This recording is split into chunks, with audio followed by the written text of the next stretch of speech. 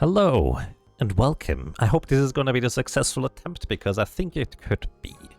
So real quick, this is solo character challenge run on hard mode on Chaos mode difficulty. So basically as high as it gets in the vanilla game.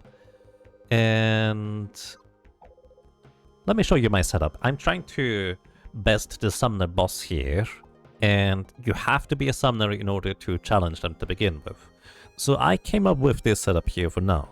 My secondary is black magic, so I can use storm stance as well as bolts in order to deal damage. But I don't have infinite MP, so I need to, well, balance this pretty well. Obelisk for much higher mind, which is more damage. Mirror shield in order to survive the water attacks at the beginning, which unfortunately also mean I have a lot less defense, minus 100. The blood hat gives me 15%, 25% lifesteal. Shaman ropes another 25% lifesteal. The ribbon, so I don't get confused by the big guy on the left. And the undead ring is to take 35% less physical damage. I can't heal myself directly, but I couldn't do that anyways. Passives are HP boost to have more maximum HP. Pocket sand to blind as a counterattack when I get to critical HP.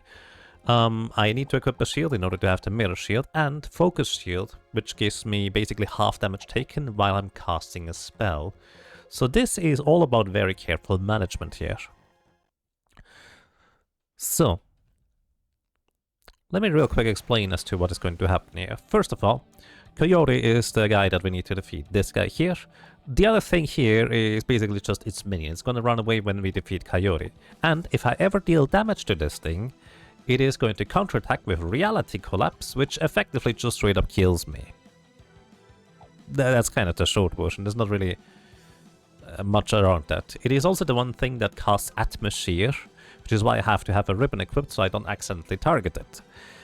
So, let's get started. Storm stance, which means every time I get hit by a physical attack, I will counterattack with lightning. This thing is weak to lightning, so that's good, but I don't want to actually use my MP. My MP is strictly for healing against this guy. So, he's gonna Impale. Impale ignores 50% of my defense, and I'm just gonna take a ton of damage here. But you know what? That's okay, because he mostly uses spells as long as he has MP, but because he reflected MP leak, he's losing 111 MP every turn, so he's gonna be out very, very soon. But for the first few turns here, I can just use the cheapest bolt that deals enough damage and just heals me up with the spell lifesteal. He's also dealing a bit of damage to himself.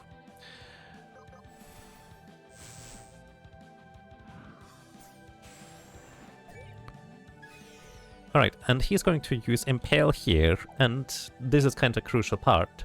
He's gonna use Impale in 4 turn timer ticks. Casting Bolt costs me 10 CT. On the top right, that's the casting time, which means I will begin casting a spell before he goes, and afterwards I will finish after he goes, which means I take half damage because I'm casting. And he's about to be out of MP right here, and also I heal back to full. Jet pulls, and he should be out of MP now. There we go. Now he's just going to physically attack. His regular physical attacks are easy to survive, but what I need to pay attention to is he can, every other turn, use his Impale. I need to be either at full HP or be casting while he is doing this. So, I'm basically just going to take a look at the subsequent upcoming turns as to how I want to handle this. So my next turn is going to be at 87 turns at turn timer, and then his is 130. So that's a difference of 43. Is that right? I think that's right. So I can make up that difference, but it's gonna be kind of tricky. So I'm just gonna aim to be at full HP when he got his attack after here. He does more damage with his regular attack usually than a heal with the counterattack lightning, because usually he critically hits. So here, he's going to Impale me. I could theoretically cast a spell that is slow enough to cast in order to go after him with Flare, for example, that has a 62 turn casting time, but I need to preserve my MP. This is kind of a management game at this point.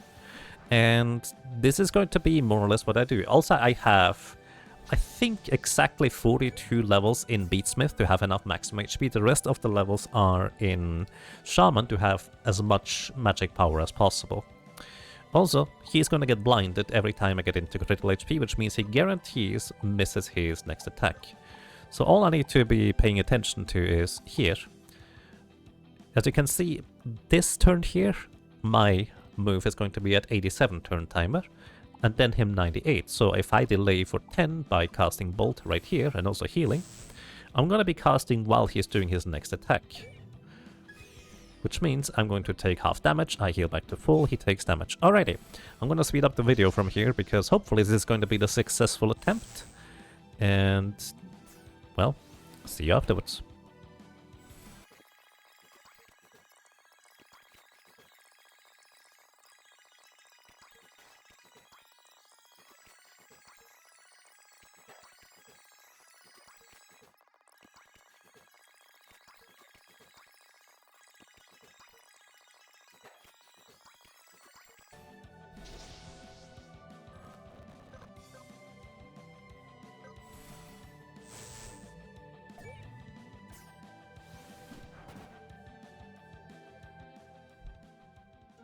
No. I've never seen him hit that high. 1182. Well, I guess I need a little bit more HP. Oh boy. But we can adjust the HP amount right here. This also gives me more speed because Beatsmith. It's kind of decent for that. So 1182 is the number he hit. So I need probably most of these levels here. 16. That's 1183. We would survive that one. Oh boy. Alright. I'm gonna see you back when I manage to get this, I guess. Or I get to a similar portion.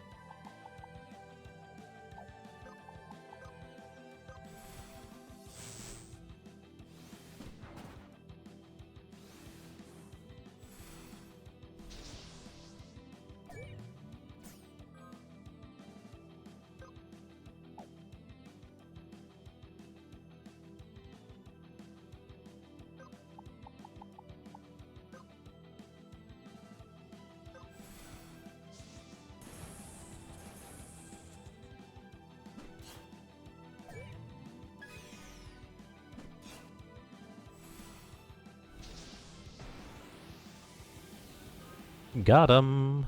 I'm pretty sure the other guy just runs away now. Escape. Hooray! Coyote down. This took a lot of tinkering and figuring out how to do this. So, I'm actually pretty happy with this result because this is a pretty efficient mage tank, if you will. Alrighty.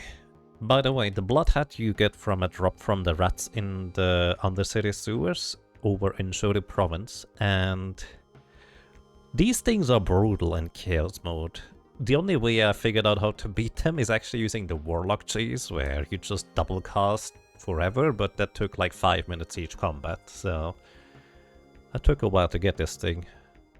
Either way, one more knocked off the list. Also, Pamoa was relatively easy and Guaba was free because you can reflect the counter paralyze. Alright, we have 3 remaining. 2 of them I'm really not sure if we can reasonably possibly at all do them in any capacity. Those 2 are very specifically Pa which is under the Shoto province.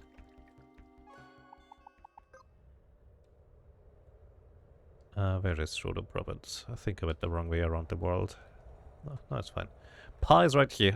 I don't know how to tackle Pa. Pa has basically infinite MP, never runs out of MP. And the big problem about this is that I just don't survive for long enough in order to deal with this thing. What I figured out is you can use the Curse Giver wand in order to permanently silence Pa, which I assume is because they kind of apply the debuff to themselves, which normally Curse Giver silences for 2 turns, but I guess against Pa it is forever. But then surviving the physical attacks is a big issue as well. I haven't figured out a way so far. And the magic attacks are just really nasty to survive as well. The other one that I'm really not sure whether it is doable in any capacity. I haven't tried it yet, but I remember struggling a lot in the solo character challenge when I did this originally, but not on Chaos mode. So I have no idea how this thing is going to go, the juices thing. And I have to admit... Oh, wait, no, I do remember now which one is the last one. I remember having a nice cheese against this guy, so I don't expect this to be a difficulty, but... the Earth guy, whatever his name is. So probably gonna tackle the Earth guy next. If it's interesting, I'm gonna post a video. If not, well... if you have ideas and suggestions for Pa or for juices, solo character hard mode, chaos mode, I would be interested in potential strategy advice. Alright, that's done. Bye.